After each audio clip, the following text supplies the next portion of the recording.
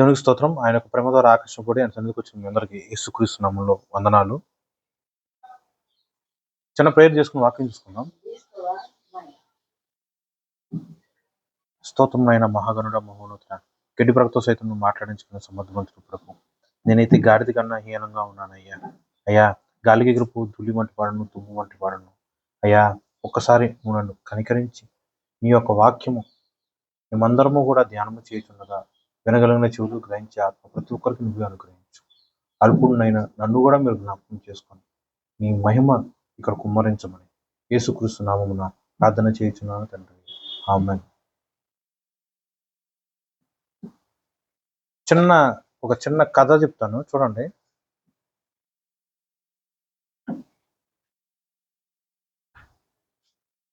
ఒక చిన్న కథ చెప్తాను చూడండి. ఒక ఒక ఊరిలో ప్రవక్త ఉంటాడు. అతను దేవుని యొక్క మాటను చాలా సూటిగా, స్పష్టముగా ఆ ఊర్లో ఉన్న ప్రజల పట్లైనా, ఆ ఊర్లో ఉన్న సర్పంచ్ పట్లైనా, ఒక రకంగా చెప్పాలంటే ఆ ఊర్లో అధికారం కలిగిన రాజులు సైతమైనను వాళ్ళ దగ్గర కూడా ఒకే రకంగా మాట్లాడతాడు. పక్షపాతం చూపించడం కానీ, మొహమాటం పోవటం కానీ, ఉన్నది లేనిదిగా లేనిది ఉన్నట్టుగా చెప్పడం కానీ, భయపడుతూ చెప్పడం కానీ, ఇలాంటివి ఏమీ కూడా ఆ ప్రవక్తకి అసలు ఉండనే ఉండవు. ఉన్నవాడికైనా లేనివాడికైనా, చాలా సాధారణమైన వ్యక్తి అయినా, చాలా ఉన్నతమైన వ్యక్తికైనా సరే దేవుడు ఏదైతే చెప్పమంటాడో అది ఉన్నది ఉన్నట్టుగా చెప్తాడు. అలాంటి మంచి గొప్ప ప్రవక్త అతను. ఒకనొక సందర్భంలో అతని దగ్గర అతని యొక్క బాబాయ్ లేక పెదనాన్న వాళ్ళ కొడుకు, అనగా కజిన్ బ్రదర్.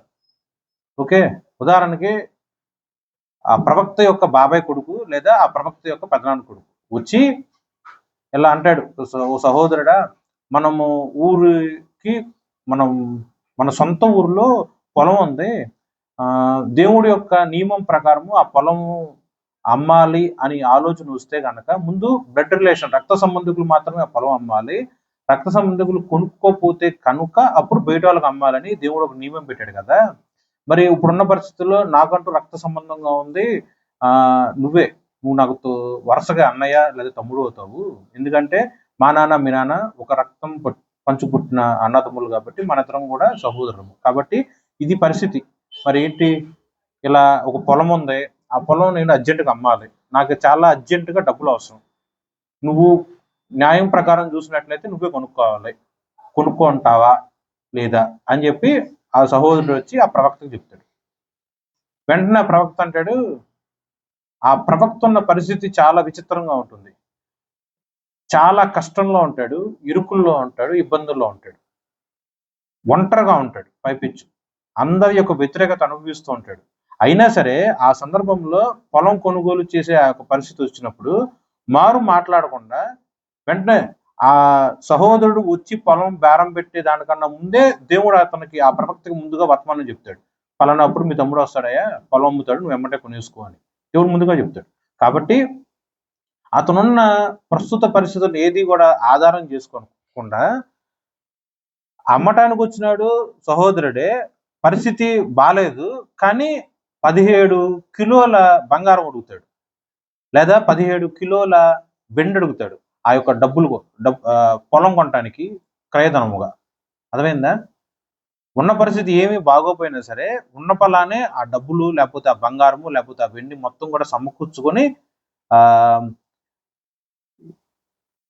రసీదు లేకపోతే ఇలా సేల్ డీడ్ లేకపోతే ఇలా దస్తావేజులు అన్నీ కూడా రెడీ చేపించేసి మళ్ళీ కేవలం 1-on-1 అంటే అన్నదమ్ములు మాత్రమే ఉండకుండా ఆ ఊరి పెద్దలను అనేక మందిని పిలుస్తారనమాట. రాజ సంస్థానంలో ఉన్న అనేక మంది మంత్రులను పెద్దలను అందరినీ పిలిచి అందరి సమక్షంలో కూడా ఆ 17 కిలోల వెండిని తూకం వేసి ఎటువంటి ఇబ్బంది లేకుండా, మోసం లేకుండా తేట తెల్లగా ఆ వెండిని ఆ తమ్ముడికి ఇచ్చేసి ఆ యొక్క దస్తావేజులు లేకపోతే పొలం అమ్మిన పత్రాలు తీసుకుని దాని మీద చూసిన ప్రజలందరి చేత సాక్ష్యంగా సంతకాలు పెట్టించేసుకుని, అమ్మినవాడు సంతకం పెట్టుకుని, కొనుక్కునేవాడు సంతకం పెట్టించుకొని, మళ్ళీ ఆ ఊరు రిజిస్ట్రేషన్ ఆఫీస్ ప్రకారము ముద్రల్లో సంతకాలు అన్నీ కూడా చక్కగా పెట్టించేసుకొని అన్ని భద్రంగా దాస్తాడు. అప్పుడు ఆ ప్రవక్తకి ఒక అసిస్టెంట్ ఉంటాడు. ఆ అసిస్టెంట్ని పిలిచి అతనున్న ప్రవక్త ఉన్న పరిస్థితి బాగాలేదు కదా, అందుకని అసిస్టెంట్ పిలిచి ప్రస్తుతం నేనున్న పరిస్థితి బాగాలేదు కాబట్టి ఈ రిజిస్ట్రేషన్ డాక్యుమెంట్, ఈ పొలం యొక్క అమ్మటము కొనుగోలు అయిన ఈ యొక్క పత్రములను నువ్వు ఒక మంచి మట్టి కుండలో లేకపోతే ఒక లాకర్ లాగా తీసి దాంట్లో భద్రపరిచి దాయి. ఎలా దాయాలంటే కొన్ని తరములు అయినా సరే, ప్రస్తుత తరం కాకుండా కొన్ని తరాలు అయిపోయిన తర్వాత అయినా సరే ఆ పత్రాలు తీసినా సరే ఆ పత్రములు, ఆ దస్తావేజులు, ఆ రిజిస్ట్రేషన్ డాక్యుమెంట్స్ మంచిగా పక్కగా ఉండటానికి అనుగుణంగా భద్రంగా దాయి అని చెప్పి ఆయన ప్రవక్త యొక్క అసిస్టెంట్ కి ప్రవక్త అప్పచెప్తాడు, దాస్తాడు. ఓకే, ఇంతవరకు అర్థమైందా? సమయం కాలం గడుస్తూ ఉంటుంది. చూస్తూ 70 సంవత్సరాలు అయిపోతుంది. 70 సంవత్సరాలు అయిన తర్వాత ఆ పత్రాలు బయటపడతాయి. 70 సంవత్సరాల కిందట అమ్మే పరిస్థితి, కొనుగోలు పరిస్థితి ఏదీ లేనప్పుడు ఆ యొక్క ప్రవక్త కొనుక్కుని ఉంటాడు ఆ పొలాన్ని. 70 సంవత్సరాలు గడిచిపోయిన తర్వాత ప్రవక్త లేడు భూమి మీద, కాలం చేసేసాడు, చనిపోయాడు వయసు రీత్యా. కానీ ఆ దస్తావేజులు ఓపెన్ చేసి చూస్తే ఇది పలానా ప్రవక్త యొక్క పొలం అని చెప్పేసి అక్కడ దేవుడి యొక్క గొప్ప కార్యములు జరిగే ఒక గొప్ప ప్రాంతముగా ఆ యొక్క పొలము మార్చబడుతుంది. ఇంతవరకు అర్థమైందండి? అదే వాక్యం ఇర్మియా గ్రంథంలో 32వ అధ్యాయంలో ఇది ఉపమానముగా దేవుడి చేత లిఖింపబడ్డ ఒక వాక్యం. దాన్ని ఊరినే మీకు అర్థం అవడానికి రిఫరెన్స్ ఏమి లేకుండా తేడతెల్లగా చెప్పేశా. ఇప్పుడు వాక్యం ప్రకారం చూసుకున్నట్లయితే ఈ యొక్క ఇర్మియా గ్రంథంలో 32వ అధ్యాయంలో యూదా దేశానికి ఒక రాజు ఉంటాడు. ఆ రాజు పేరు సిద్కియా. అతను పరిపాలన చేసినప్పుడు అతను పరిపాలన చేసే అంటే రాజుగా అతనికి 10వ సంవత్సరం ఎక్స్పీరియన్స్. అలాగే ఆ టైంలో నెబుకద్నెజర్ అను బబులోను దేశం మహారాజు ఉంటాడు. అతని రాజ్య పరిపాలన మొదలుపెట్టినప్పుడు అతనికి సుమారు ఒక 18 ఏళ్ళు, రాజుగా 18 ఏళ్ళు వయసు. ఓకే, అతని వయసు కాదండి, రాజ్య పరిపాలన చేస్తూ 18 సంవత్సరాల వయసు. సో ఆ టైంలో దేవుడి యొక్క వాక్కు ఈ యొక్క ఇర్మియా ప్రవక్త ప్రత్యక్షమయ్యి, ఇర్మియా ప్రవక్త ఆ యొక్క యూదా దేశానికి రాజుగా ఉన్న సిద్కియా దగ్గరికి వెళ్ళి, ఓ రాజా, యెహోవా వాక్కు నాకు ఎలాగూ ప్రత్యక్షమై నాకు సెలవు చేయుచున్నది ఏమనగా, బబులోను దేశంలో ఒక రాజు ఉన్నాడు, ఆ రాజు పేరు నెబుకద్నెజరు. యూదా దేశంలో, ఇజ్రాయెల్ దేశంలో, యెరూషలేము ప్రాంతంలో నివసించుతున్న ఇజ్రాయెల్ ప్రజలుగా యూదా ప్రజలుగా ఉన్న ఈ యొక్క ప్రజలందరూ కూడా ఉన్నత ప్రదేశం నందు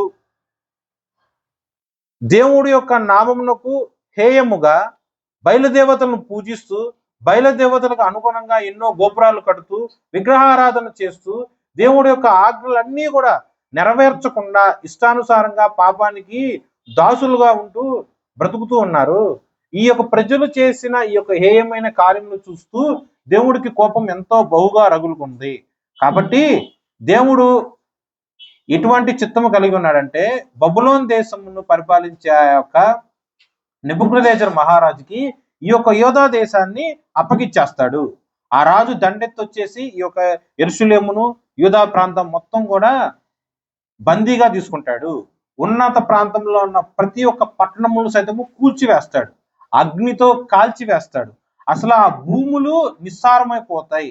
ఉండటానికి గాని, బ్రతకటానికి గాని, పంట పండించుకుంటానికి గాని ఎటువంటి వీలు లేకుండా సర్వనాశనం చేస్తాడు. మీరు యుద్ధం చేస్తే గెలుస్తాము అని ధీమాతో ఒకవేళ నువ్వు ఉన్నావేమో ఓ సిద్కియా మహారాజా, ఆ యుద్ధం నువ్వు చేస్తావు, కానీ యుద్ధంలో నిశ్చయముగా ఓడిపోతావు అని మన దేవుడైన యెహోవా వాక్కు నాకు ప్రత్యక్షమై ఇలాగ వర్తమానం చెప్పి ఉన్నది అని ఇర్మియా ప్రవక్త సిద్కియా రాజుతో చెప్తాడు. ఇదంతా కూడా 32వ అధ్యాయంలో మొదటి 2-3 వచనాల్లో రాసి ఉంటది.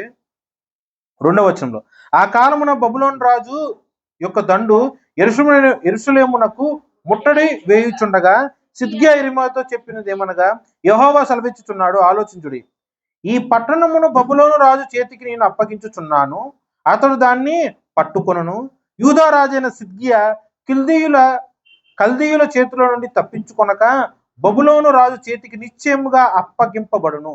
సిద్కియా అతనితో ముఖాముఖిగా మాట్లాడును, కన్నులారా అతన్ని చూచును. అతడు సిద్కియాను బబులోనుకు కొనిపోవును, నేను అతన్ని దర్శించుటకు అక్కడనే ఉందును. ఇదే యెహోవా వాక్కు. మీరు కల్దీయులతో యుద్ధము చేసినను మీరు జయము నొందరు, అను మాటలు నీవేళ ప్రకటించుచున్నావు అని ఇర్మియాతో చెప్పి ఇర్మియాని చెరలో వేయించి ఉండెను. కాగా ప్రవక్త అయిన ఇర్మియా యూదా రాజా మందిరములోనున్న చెరసాల ప్రాకారములో ఉంచబడెను. చూసారండి, ఒక దేవుడి యొక్క వర్తమానం చెప్పినప్పుడు ఆ ప్రవక్తకి ఇచ్చిన మర్యాద ఏంది? ఆ యొక్క దేశపు మహారాజుగా ఉన్న సిద్కియా తీసుకెళ్లి రాజు యొక్క మందిరం ఆవరణలో ఉన్న చెరసాలలో బందీగా వేశాడు. ఓకే, అలాగే నెబుకద్నెజర్ ఎక్కడున్నాడు? యెరూషలేం ప్రాంతంలో. ఇప్పుడు ప్యాలెస్ అంటే సిద్కియా ఉండే ప్యాలెస్ రాజ్య అంతఃపురం ఎక్కడుంది? యెరూషలేం ప్రాంతంలోనే ఉంటుంది. ఆ యొక్క యెరూషలేము ప్రాంతంలో బందీ చేయడానికి యెరూషలేం ప్రాకారం చుట్టూతా కూడా ఈ యొక్క నెబుకద్నెజర్ మహారాజు యొక్క సైన్యం దండు రెడీగా ఉంది. 2వ వచనంలో స్పష్టంగా రాస్తుంది. ఆ దండు యెరూషలేమునకు ముట్టడి వేయుచుండగా. ఓకే, అర్థమైందా? ప్యాలెస్ రాజ్య అంతఃపురం ఉన్న ఆ యొక్క ఊరికి పొలిమేరలో శత్రువుల యొక్క సైన్యము మోహరించి ఉంది. ఆ టైంలో ప్రవక్త వచ్చి రాజుకి హెచ్చరిస్తున్నాడు, నువ్వు బందీ అయిపోతావబ్బా, దేవుడికి మనం చేసే కార్యములు, ప్రజలు చేసే కార్యములు నచ్చలేదు, అరెస్ట్ చేస్తాడు, నువ్వు తీసుకెళ్లి శత్రువుల రాజు దగ్గర బందీగా పెట్టేస్తాడు. ఇది పరిస్థితి. నువ్వు యుద్ధం చేస్తావు కానీ నువ్వు ఖచ్చితంగా యుద్ధంలో ఓడిపోతావు, నువ్వు జయించలేవు అనేసరికి ఆ యొక్క మహారాజు కోపం వచ్చి, ఏంది ఎట్లా చెబుతున్నావు నా మీద నువ్వు వ్యతిరేకంగా? రాజుగా నేనుంటే ఈ రాజునకు వ్యతిరేకంగా నువ్వు వర్తమానం చెప్తావా? ఏంది? తీసుకెళ్లి అరెస్ట్ చేయండి రా అని చెప్పి బడులకు ఆజ్ఞాపిస్తాడు. ఇర్మియాని తీసుకెళ్లి జైల్లో వేస్తాడు. ఎంతవరకు మీకు అర్థమైంది కదా? జైల్లో ఉన్నప్పుడు మీరే కనుక పరిస్థితుల్లో ఉంటారా అండి? ఉంటూ ఆలోచించు.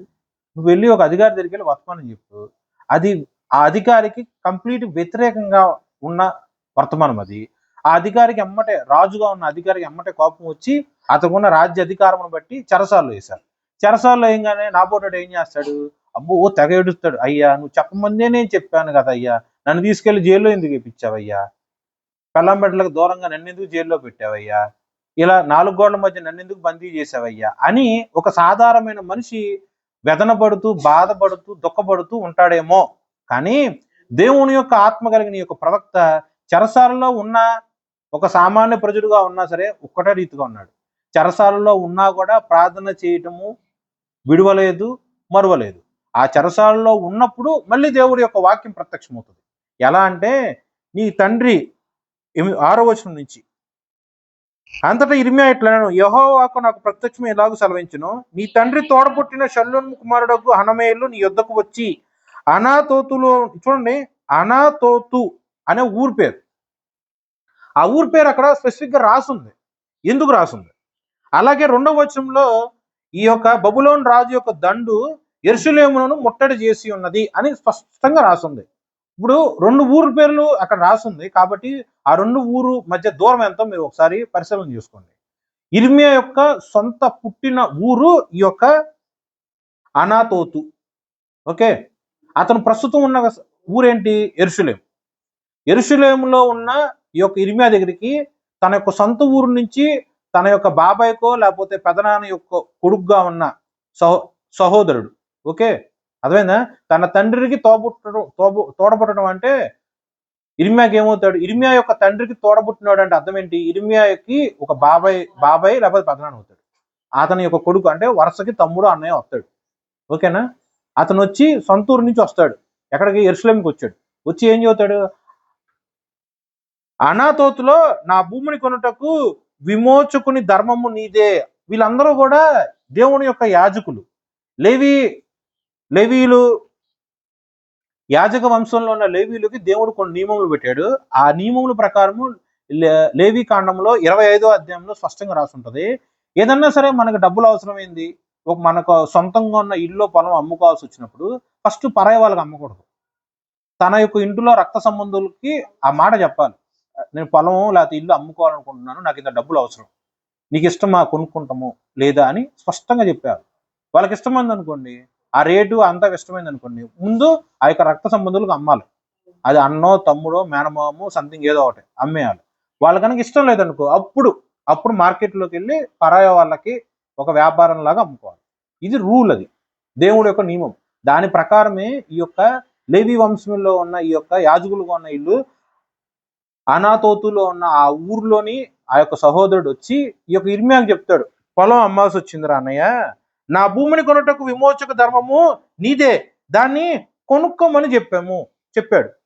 ఏంటి ఉన్న పరిస్థితి ఏంటి? ఇర్మియా ఉంది జైల్లో, సొంత ఊరి నుంచి తమ్ముడు వచ్చేసి జైల్లో ఉన్న ఇర్మియా దగ్గరికి వచ్చి పొలం అమ్మాలనుకుంటున్నాను, అది ఆ పొలాన్ని విమోచించగలిగిన ధర్మము నీదే, నువ్వే చెయ్యాలి, కాబట్టి ఆ పొలం కొనుక్కోవా అని అడిగాడు. నువ్వుంటే ఏం మాట్లాడతా? నన్నే తీసుకెళ్లి జైల్లో పెట్టారు, ఏంటి నీ పొలం కొనేది? అదొక క్వశ్చన్. నెక్స్ట్, నేను నీ పొలం ఎలా కొంటాను? అక్కడ చూస్తే యెరూషలేము ప్రాకారములు చుట్టూతా బబులోను దేశం యొక్క సైన్యము, మహారాజు, శత్రు సైన్యము దండెత్తి రెడీగా ఉన్నారు. ఎప్పుడెప్పుడు ఈ యొక్క ప్రాంతాన్ని బందీ చేసేద్దాము, ఆక్యుపై చేసుకుందాము అని చెప్పి రెడీగా ఉన్నారు. వాళ్ళు వచ్చి రావడం ఏం చేస్తారు? ఆ దేశంలో ఉన్న, ఆ ఊరిలో ఉన్న సంపద అంతా దోచుకెళ్ళి కొల్లగొట్టేసి ఎత్తైన ప్రాకారం మొత్తం కూడా కూల్చేసి పంట పొలాలన్నీ నాశనం చేస్తారు. ఈ టైంలో ఎవరన్నా పొలాలు అమ్మటం కానీ కొనుగోలు కానీ చేస్తారా? ఏదన్నా నువ్వు కామన్ సెన్స్ ఉంటే ఆలోచించు ఒకసారి. మార్కెట్ మంచిగా ఉన్నప్పుడు లావాదేవీలు బ్రహ్మాండంగా జరుగుతాయి. ఓకే, అంటే డబ్బు రాబడి మంచిగా ఉన్నప్పుడు అమ్మటాలు కొనుగోలు బ్రహ్మాండంగా జరుగుతాయి. ఇక్కడున్న ప్రదేశం, ఇక్కడున్న సందర్భం ఏంటి? శత్రు దేశము మోహరించుంది, యుద్ధం జరుగుతూ ఉంది, యుద్ధం జరగబోతుంది, మరి కొద్ది రోజుల్లో యుద్ధం జరగబోతుంది. ఆ టైంలో ఆ తమ్ముడు వచ్చేసి, అన్న పొలం కొనుక్కోవా, ధర్మం ప్రకారము న్యాయం ప్రకారం నేను నీకే అమ్మాలి, నువ్వే కొనుక్కోవాలి, కాబట్టి కొనుక్కోవా అంటే జైల్లో బందీగా ఉన్నాడు. ఏం చెబుతాడు? కొనుక్కుంటాడు. ఎందుకు? యెహోవా వాక్కు అతనికి ప్రత్యక్షమయ్యి ముందుగా బయలుపరుస్తుంది వర్తమానం. కాబట్టి జైల్లో ఉన్న ఆ యొక్క ఇర్మియా ఏం మాట్లాడతాడంటే,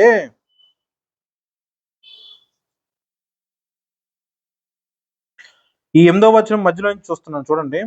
బెన్యామీను దేశమందలి అనాథోతులున్న నా భూమిని దయచేసి కొనుము, దానికి వారసుడు నీవే, దాని విమోచన నీ వలనే జరుగును, దాన్ని కొనుక్కోమని నాతో అనగా అది యెహోవా వాక్కు అని నేను తెలుసుకొని నా తండ్రి తోడపుట్టు వాని కుమారుడైన హనమేలు పొలమును కొని 17 తులముల వెండి చూచి అతనికి ఇచ్చాను. ఎక్కడ? జైల్లో, చెరసాలలో. నువ్వు చేయగలవా అండి?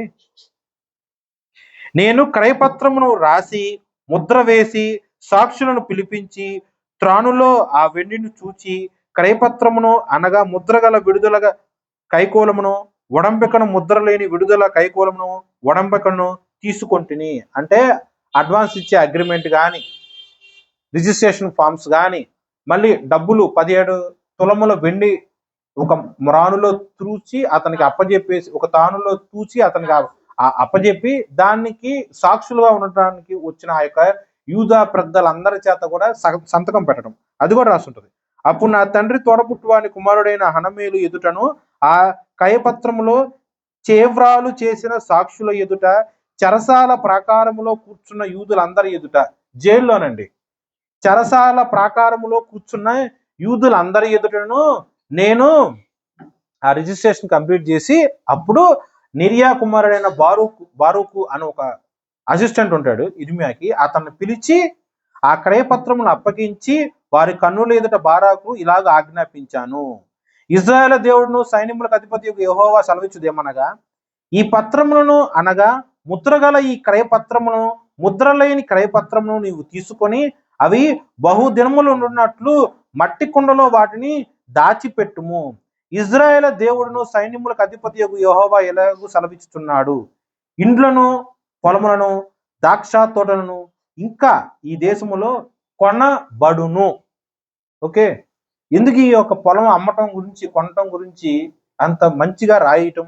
అంత మాత్రమే కాకుండా ఆ యొక్క క్రయపత్రములను, ముద్ర వేసిన క్రయపత్రములను, ముద్ర లేని క్రయపత్రములను, అంటే అడ్వాన్స్ ఇచ్చిన రిసిప్ట్స్, అడ్వాన్సు ప్లస్ అసలు మొత్తం డబ్బులు కట్టేసిన తర్వాతే కదా స్టాంప్స్ వేసేది.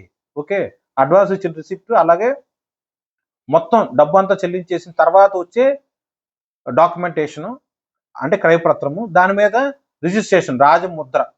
ఓకే, దానికి మళ్ళీ సాక్షులు, జైల్లో చెరసాలలో ఉన్న యూదా పెద్దలందరూ కూడా, ఇంకా తోటి అందరి చేత సంతకాలు అవి పెట్టించేసుకున్నారు. ఇవన్నీ కూడా బహుదినములు గడిచినా కూడా భద్రంగా ఉండటానికి వీలుగా నువ్వు దాచిపెట్టు అని చెప్పి ఒక ప్రవక్త తన యొక్క అసిస్టెంట్కి ఇచ్చాడు. ఇది ఇష్టం కొద్ది కొనుక్కున్నాడా ఆ యొక్క పొలాన్ని? కొనుక్కున్న వెంటనే వెళ్ళిపోయి నా పొలం అని పొలం దగ్గరికి వెళ్ళి కూర్చున్నాడా? వేరే ఏదో ఊర్లో ఉన్నదేమో జైల్లో, పొలం ఉంది ఎక్కడ? 3 మైల్స్, సుమారు 5 కిలోమీటర్ల కన్నా దూరంగా ఉంటుంది ఆ యొక్క పొలం. ఓకే, చూడలా. దేవుడు మాట చెప్పాడు కాబట్టి జైల్లో ఉన్నా కూడా వెంటనే తన యొక్క అసిస్టెంట్ ని పిలిపించి 17 తులముల వెండిని అక్కడక్కడ ఉన్న పొలాన్ని ఇచ్చేసి రిజిస్ట్రేషన్ ఆన్ ద స్పాట్ చేపిస్తాడు. చేపించి అక్కడ ఒక మాట మాట్లాడతాడు. ఏంటి? ఇల్లైనను, పొలాలైనను, ద్రాక్ష తోటలైనను దేవుడు కొనుగోలు చేపిస్తూ ఉంటాడు ఈ యొక్క స్థలముల్లో, ఈ యొక్క ప్రాంతముల్లో అని చెప్తాడు. ఇదంతా దేనికి ఉపమానముగా మీరు ఏమైనా అర్థమవుతుందా మీకు? అర్థమైంది కదా దేనికి మీకు? ఎందుకంత చెబుతున్నాను అర్థమైందా? ఎందుకు కాదు, ఆ ముందు వర్తమానము, ఆ ముందు చెప్పే అధ్యాయాల్లో ఎలా వాక్యం రాసి ఉంటుందంటే, ఇర్మియా ప్రవక్త గారు చెప్తారు, ఈ యొక్క ఇజ్రాయెల్ ప్రజలు అనగా ఈ యొక్క యూదా ప్రజలు అందరూ కూడా దేవుడికి వ్యతిరేకంగా ఇష్టానుసారంగా ప్రవర్తిస్తున్నారు కాబట్టి బబులోన్ దేశం పరిపాలించే ఆ యొక్క నెబుకద్నెజర్ రాజు వచ్చేసి ఈ యొక్క యూదా ప్రాంతం మొత్తం కూడా కైవసం చేసుకుంటాడు, బందీ చేస్తాడు. 70 సంవత్సరముల పాటు ఈ యొక్క ప్రాంతము పంట పండకుండా దాసులుగా, బందీలుగా ఈ యొక్క ప్రజలు ఆ యొక్క దేశంలో ఉంటారు అని ప్రవక్త ముందుగా వర్తమానం చెప్తాడు. ఓకే, అయినా సరే ఆయన పొలం కొన్నాడు. వర్తమానం చెప్పింది కూడా ఇర్మియానే, పొలం కొంద కూడా ఇర్మియానే. ఎందుకు కారణం? ఏమై ఉంటది కారణం? చూడండి ఒకసారి, ఇర్మియా 25వ అధ్యాయము 11వ వచనం. 25:11. ఈ దేశమంతయు పాడుగాను నిర్జనముగాను ఉండును, ఈ జనులు 70 సంవత్సరములు బబులోను రాజునకు దాసులుగా ఉందురు. ఓకే, ప్రస్తుత కాలం ఏంటి? పొలం కొనే సమయం ఎలాంటిదండి? ఆ దేశము, ఆ పొలము, ఆ పొలాలు, ఆ ఇల్లు, ఆ వాకిళ్ళు అన్నీ కూడా పాడైపోతాయి. జనసంచారం లేని ప్రాంతముగా ఉంటుంది. ఎందుకంటే బబులోను దేశం మహారాజు వచ్చేసి మొత్తం స్వాధీనపరుచుకుంటాడు. 70 సంవత్సరాల పాటు ఈ యొక్క ప్రజలు యావత్తు కూడా బబులోను దేశంలో దాసులుగా, బందీలుగా ఉంటారు అని 25:11 వచనంలో స్పష్టంగా రాసింది. అలాగే 25:12 వచనం ఏం రాసింది? యెహోవా వాక్కు ఇదే, 70 సంవత్సరములు గడిచిన తరువాత, ఓకే, 70 సంవత్సరములు గడిచిన తరువాత వారి దోషములు బట్టి నేను బబులోను రాజును, ఆ జనులను, కల్దీయుల దేశమును శిక్షింతును, ఆ దేశము ఎప్పుడు పాడగునట్లు నియమింతును. ఓకే, 70 సంవత్సరములు గడిచిపోయిన తర్వాత ఆ యొక్క బబులోను దేశము, ఆ యొక్క కల్దీయులు వీళ్ళందరూ కూడా వాళ్ళు చేసిన దోషములు బట్టి శిక్షింపబడతారు. అప్పుడు ఆ దేశంలో నివసించుతున్న ఈ యొక్క యూదా ప్రజలు అందరూ కూడా తిరిగి యెరూషలేము ప్రాంతానికి వస్తారు. ఇది దేవుని యొక్క చిత్తం. ఓకేనా? 29:10.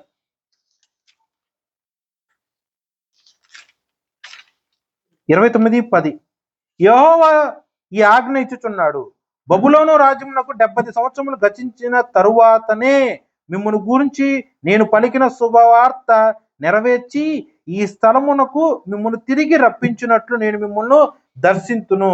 నేను మిమ్మల్ని గురించి ఉద్దేశించిన సంగతులను నేను ఎరుగుదును. రాబోవు కాలమందు మీకు నిరీక్షణ కలుగునట్లు అవి సమాధానకరమైన ఉద్దేశములే కానీ హానికరమైనవి కానే కాదు. ఇర్మియా 29:10-11 చదివాను. అర్థమైందండి? 70 సంవత్సరాల పాటు మీరు ఎలా దాసులుగా, బందీలుగా ఉంటారు. 70 సంవత్సరాలు గతించిన తర్వాత ఈ యొక్క బబులోను దేశంలో ఉన్న రాజు, కల్దీయులు వాళ్ళు చేసిన దోషములు బట్టి దేవుడు ఆ యొక్క బబులోను దేశంలో వాళ్ళకి శిక్ష విధిస్తాడు. శిక్ష విధించిన తరువాత అప్పుడు దేవుడు ఆ దేశంలో, బబులోను దేశంలో ఉన్న ఇజ్రాయెల్ ప్రజలందరినీ కూడా తిరిగి ఈ యొక్క ఇజ్రాయెల్ దేశానికి తీసుకొస్తాడు. ఆ 29:10-11 మీరు చూసారు కదా. అప్పుడు వాళ్ళు తిరిగి వచ్చిన తర్వాత అప్పుడు ఆ పొలం ఎవరి పేరు మీద ఉంటుంది? అప్పటికి అక్కడ నిస్సారంగా ఉంది, జనసమూహము, జనసంచారం లేకుండా ఉంది, మనుషులందరూ లేకుండా మొత్తం అగ్ని చేత కూల్చేసి కాల్చేస్తాడు ఈ యొక్క బబులోను దేశంలో వాళ్ళు. సో ప్రజలందరూ బందీకి వెళ్ళిపోయారు. 70 సంవత్సరాల తర్వాత నెబుకద్నెజర్ రాజు చచ్చిపోవటం, అలాగే ఆ యొక్క రాజ్యము వేరే దేశపు రాజు కైవసం చేసుకుంటాడు. అతని పేరు సైరస్.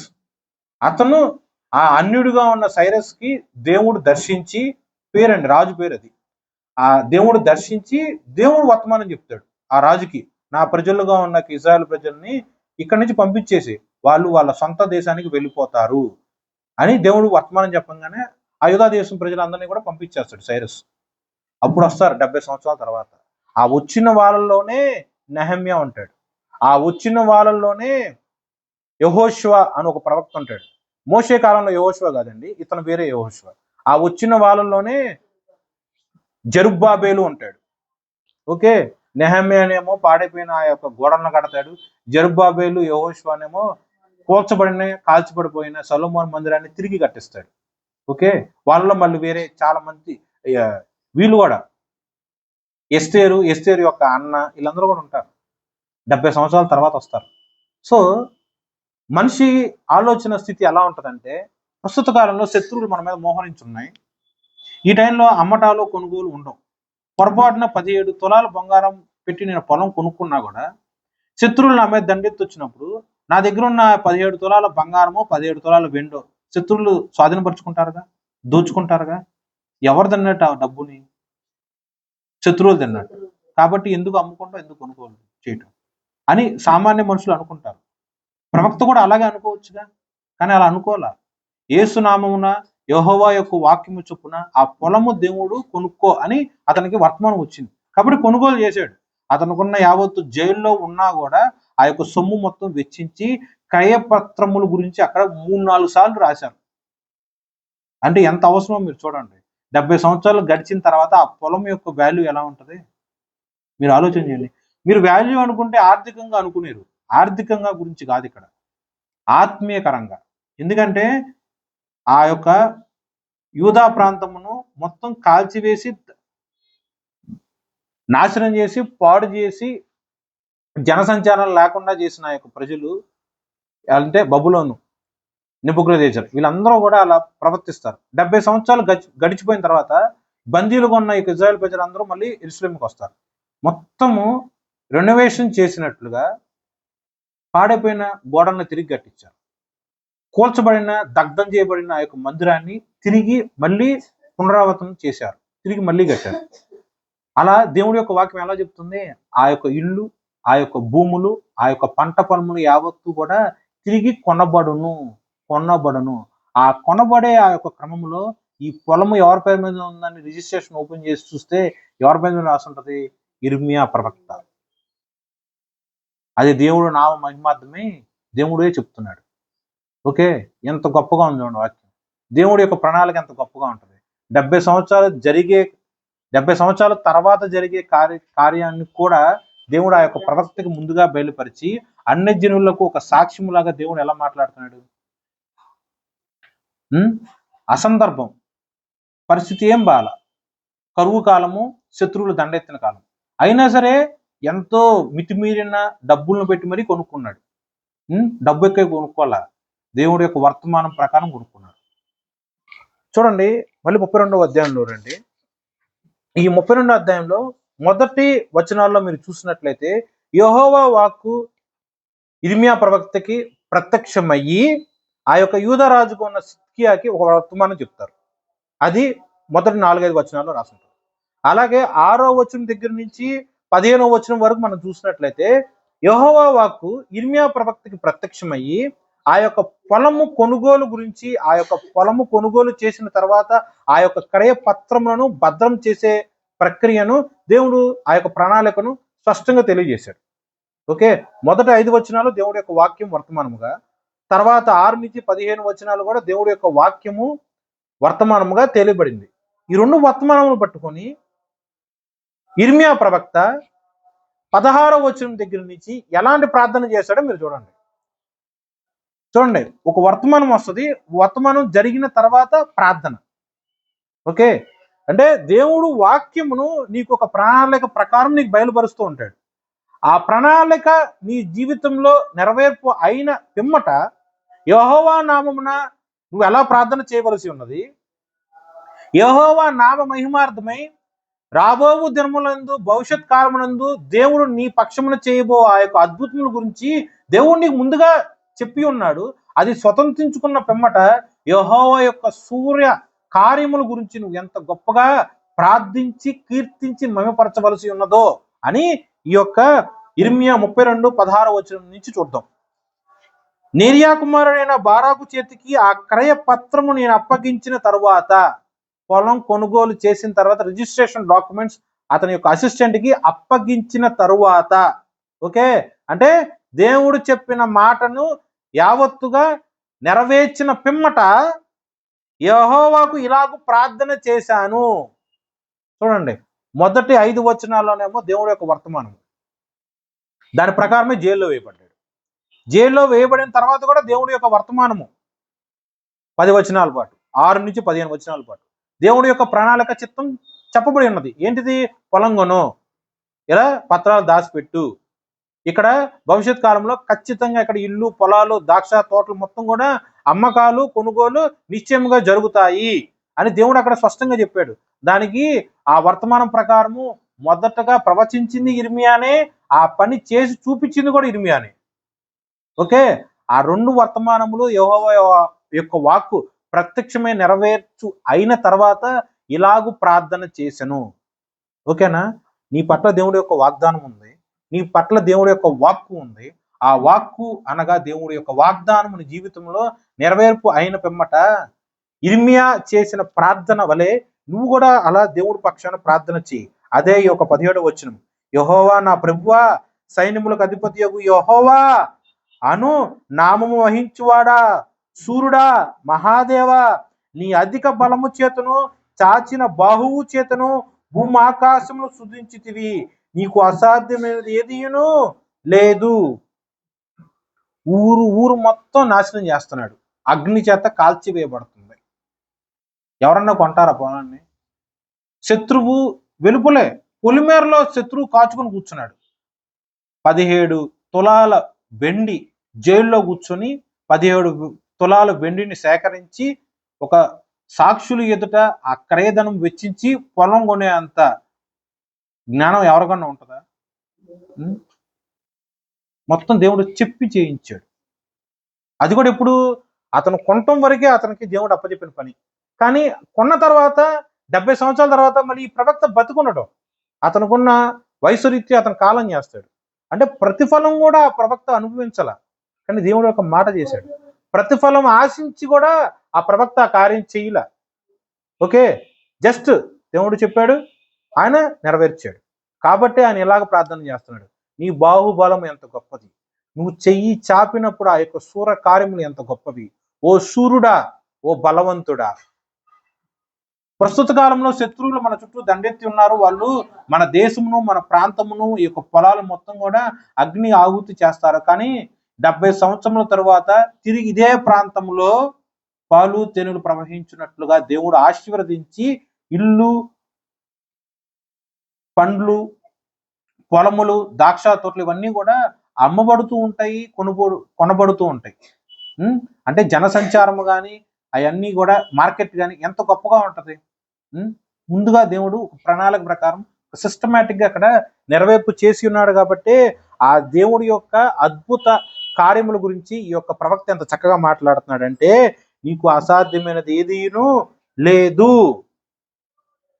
నీవే సూర్యుడివి, నీవే మహాదేవుడివి, నీ యొక్క అధిక బలము చేత చాచిన బాహువు చేత భూమి ఆకాశములను సృజించి ఉన్నావు. ఎంత గొప్పగా దేవుడి యొక్క ఔన్నత్యముని అతను పొగుడుతూ ఉన్నాడు. సో ఈ యొక్క ఉదాహరణ లేకపోతే ఈ యొక్క ఉపమానము చెప్పడానికి మెయిన్ రీజన్ మీరు ఒకసారి మళ్ళీ ఆలోచన చేసుకున్న వాక్యాన్ని, ప్రస్తుత పరిస్థితుల్లో మనిషి రీత్యా ఆలోచన చేస్తే ఆ పొలం కొనడానికి ఎటువంటి ఆస్కారం లేదు, కొనకూడదు కూడా. ఓకే, శత్రువులు వచ్చారు, అది దోచుకొని పోతారు. ఎవరన్నా సరే కష్టంతో సంపాదించిన డబ్బును అక్కడ పెడతాడా? కానీ అతను కొన్నాడు. ఎందుకు? దేవుడి యొక్క మాట ప్రకారం. ఆ మాట దేవుడి యొక్క ఆజ్ఞ శిరసా వహించిన తర్వాత దేవుడి నామమున ప్రార్థన చేశాను. అప్పటి వరకు యెహోవా వాక్కు అతనికి ప్రత్యక్షమయ్యి కార్యము ఎలాగ జరిగించు అని ఒక ప్రణాళిక, ఒక చిత్తము దేవుడి యొక్క వాక్యము రూపంగా బయలుపరుచు ఉంది. ఆ వాక్యమును, ఆ క్రియను నెరవేర్పు అయిన తర్వాత ప్రార్థన చేశాను. ఆ ప్రార్థన కృతజ్ఞత అర్పణతో కూడిన ప్రార్థన. ఎలాంటిది? యెహోవాకు అసాధ్యమైనది ఏదైనా ఉన్నదా అని. మరి నీ జీవితంలో కూడా నువ్వు ఊహించింది తలచిన దానికన్నా కూడా నువ్వు విస్మయము పొందేటట్లుగా దేవుడు నీ జీవితంలో కూడా ఎన్నో గొప్ప అద్భుత ఆశ్చర్య కార్యములు చేయగల సమర్థవంతుడు. అలా చెయ్యాలి, దేవుని పక్షాన చెయ్యాలి అని నువ్వు గనక ఇష్టపడినట్లయితే గనక ఇర్మియా ఎలాగో ప్రార్థన చేశాడు, దేవుడి యొక్క బాహుబలము గురించి ఎలా ప్రార్థన చేశాడు, దేవుడి యొక్క సూరత్వం గురించి ఎలా ప్రార్థన చేశాడు, యెహోవా అసాధ్యుడు అను ఆ యొక్క పేరుని అంత గొప్పగా ప్రచురం చేశాడు. అసాధ్యుడు అంటే ఏంటి? నీకు అసాధ్యమైనది ఏదీను లేదు. అంటే దేవుడు అంటూ చెయ్యలేని పని ఏదైనా ఉన్నదా? దేవుడు చేయలేని కార్యం అంటూ ఏదైనా ఉన్నదా? శత్రువులు దండెత్తారు, ఆ శత్రువు దగ్గర నుంచి విడిపించగలిగిన వాడు దేవుడే. ఆ శత్రువుల్ని పంపించిన వాడు కూడా దేవుడే. ఎందుకు? మనం చేసిన ఆ యొక్క పాపమును శిక్షగా అనుభవించడానికి దేవుడు మన మీదకి ఆ యొక్క శత్రువులను పంపించాడు. ఆ శిక్ష అనుభవించిన తరువాత మనకి క్షమాబుద్ధి కలిగి చేసిన పాపమునకు ప్రాయశ్చిత్తం కలిగి మనం ఎరిగినట్లయితే, దేవుడి దగ్గర ఒప్పుకున్న కలిగినట్లయితే దేవుడు మనకి నిత్యముగా విడుదల కలుగజేసి మనల్ని స్వతంత్రులుగా చేస్తాడు. కాబట్టి ఒక వాక్యం, యెహోవాకు అసాధ్యమైనది ఏదీను లేదు. నువ్వు నమ్మినట్లయితే ఎలా అయితే ఇర్మియా ప్రార్థన చేశాడో అలాగే నువ్వు కూడా దేవుణ్ణి స్తుతిస్తూ మహిమపరుస్తూ ప్రార్థన చెయ్యి. ఓకే, ఇంతవరకు అర్థమైందండి. ఇంకో వచనం చూసుకుందాం. 32వ అధ్యాయము 37 నుంచి 44 చూడండి. 37 నుంచి 32వ అధ్యాయం 37 నుంచి.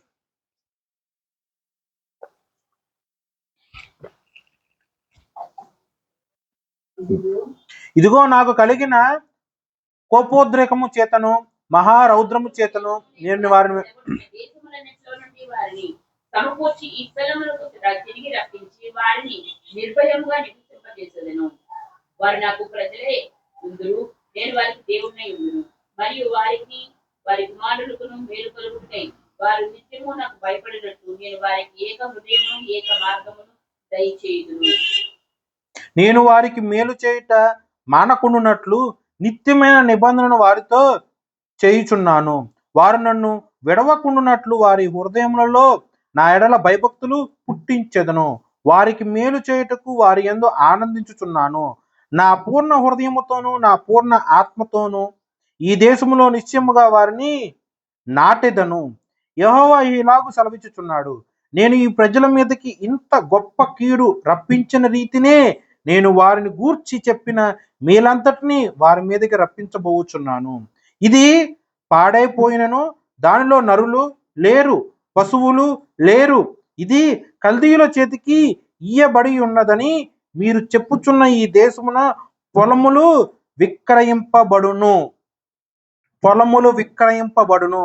నేను వారిలో చెరపోయిన వారిని రప్పించబోచున్నాను గనుక బెన్యామీను దేశములోను యెరూషలేము ప్రాంతములోను యూదా పట్టణములోను మన్యములోని పట్టణములోను దక్షిణ దేశపు పట్టణములోను మనుషులు క్రయమిచ్చి పొలము కొందరు, కయపత్రములు వ్రాయించుకొందరు, ముద్ర వేయుదురు, సాక్షులను పెట్టుదురు. ఇదే యెహోవా వాక్కు. ఓకే, 70 సంవత్సరాల తర్వాత జరిగే కార్యం కూడా దేవుడు ఎంత చక్కగా చెప్పాడు. ప్రస్తుత కాలంలో ఇది పాడైపోయింది, ఇక్కడ నరులు లేరు, ఇక్కడ పశువులు లేరు. ఇది కల్దీయుల చేతికి అప్పగింపబడి ఉన్నది. ఇది ప్రస్తుత కాలం. కానీ 70 సంవత్సరాల తర్వాత దేవుడు ఒక చిత్తం కలిగి ఉన్నాడు. ఓకే, అంటే 70 సంవత్సరాల శిక్షాకాలము ఆ యొక్క ఇజ్రాయేల్ ప్రజలు పూర్తి చేసుకున్న తర్వాత దేవుడు ఎలాంటి ప్రణాళిక కలిగి ఉన్నాడంటే, చూడండి, దేవుడే వారి హృదయంలో భయభక్తుల్ని నాటుతాడు. దేవుడు ఆ యొక్క ఇజ్రాయేల్ ప్రజల పట్ల ఒక నిబంధన ఏర్పాటు చేస్తాడు. మళ్ళీ భవిష్యత్తులో ఎప్పుడో కూడా వాళ్ళు దారి తప్పి బ్రతకకుండా దేవుడు స్పెసిఫిక్ గా చెప్పాడు అక్కడ. ఎలా అంటే భయభక్తులు పుట్టించేదను. దేవుడు పుట్టించిన తర్వాత అది ఎవరు తీసేయగలరు వాళ్ళ హృదయంలో భయభక్తులు? ఆలోచన చేయండి. అలాగే దేవుడు ప్రస్తుత కాలంలో వాళ్ళందరినీ కూడా శిక్షకి లోనవునట్టు విధించాడు. కానీ భవిష్యత్ కాలంలో మేలు చేయుటకు దేవుడు వారి పట్ల ఆనందిస్తూ ఉంటాడు. ఓకే, అలాగే దేవుడు ఆయన యొక్క పూర్ణ హృదయంతో పూర్ణ ఆత్మతో వారి యొక్క హృదయంలో నిత్యముగా వారిని నాటెదను. దేవుడు యొక్క హృదయంలో ఆ యొక్క ఇజ్రాయేల్ ప్రజలను నాటి ఉన్నాడు. పుట్టించింది. నేను మనుషుని పుట్టించడం కాదు, ఆ మనిషి ఇజ్రాయేల్ ప్రజల యొక్క హృదయంలో యెహోవా పట్ల భయభక్తులు దేవుడే పుట్టించి ఉన్నాడు, నాటాడు. ఓకే, దేవుడు ఒక నిత్య నిబంధన ఆ యొక్క ప్రజల పట్ల చేశాడు. కాబట్టి భవిష్యత్ కాలంలో ఈ యొక్క యెరూషలేం ప్రాంతంలో, యూదా ప్రాంతములో, బెన్యామీను దేశములో, యూదా పట్టణముల్లో, అలాగే మన్యముల్లో, దక్షిణ దేశ పట్టణముల్లో కూడా మనుషులు క్రయం ఇచ్చి, అంటే డబ్బు ఇచ్చి పొలాలు కొంటారు, క్రయపత్రములు వ్రాయించుకుంటారు, ముద్ర వేయిస్తారు, సాక్షులను పెట్టుదురు. మనం మూలవాక్యం మాట్లాడుకుంటున్నప్పుడు అక్కడ ఎలా రాసింది చూడండి. 32వ అధ్యాయము 8వ వచనంలో, బెన్యామీను దేశమందరి అనాతోతులో ఉన్న, అలాగే చూసారా, బెన్యామీను దేశం 32:8లో ఇర్మియా కొన్న పొలం ఎక్కడది?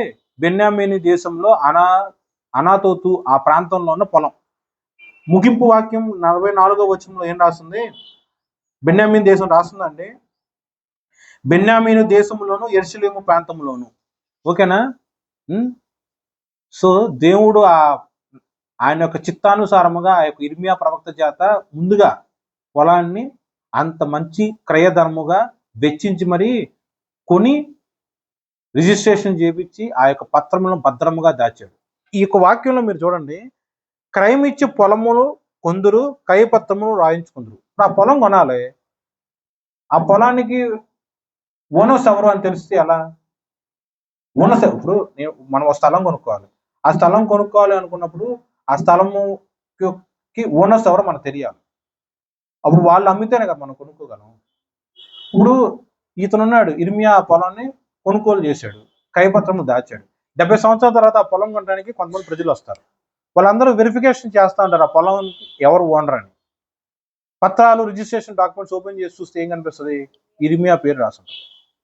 ఓకే, ఇర్మియా ఇంత పెట్టి ఆ పొలము యొక్క చదరపు అడుగులు ప్లస్ ఎంత డబ్బు పెట్టి కొనుక్కున్నామో రాసి ఉంటుందిగా పత్రంలో. 70 సంవత్సరాల కిందటే ఇంత డబ్బు పెట్టి ఇంత పొలం కొన్నాడా ఇతను ఏంటి అని చెప్పి అది జ్ఞాపకార్థ గ్రంథముల్లో లిఖింపబడి ఉండటం కానీ ఏంటి అని కానీ విచక్షణ జరుగుతుందా లేదా? ప్రణాళిక ఎంత గొప్పగా ఉంది దేవుడిది. మనిషినే వాడు ఎవడన్నా ఇంత దూరం ఆలోచించగలరా? లేదు. దేవుడు అంత అద్భుత సూరకార్యములు జరిగించగలిగిన సమర్థవంతుడు.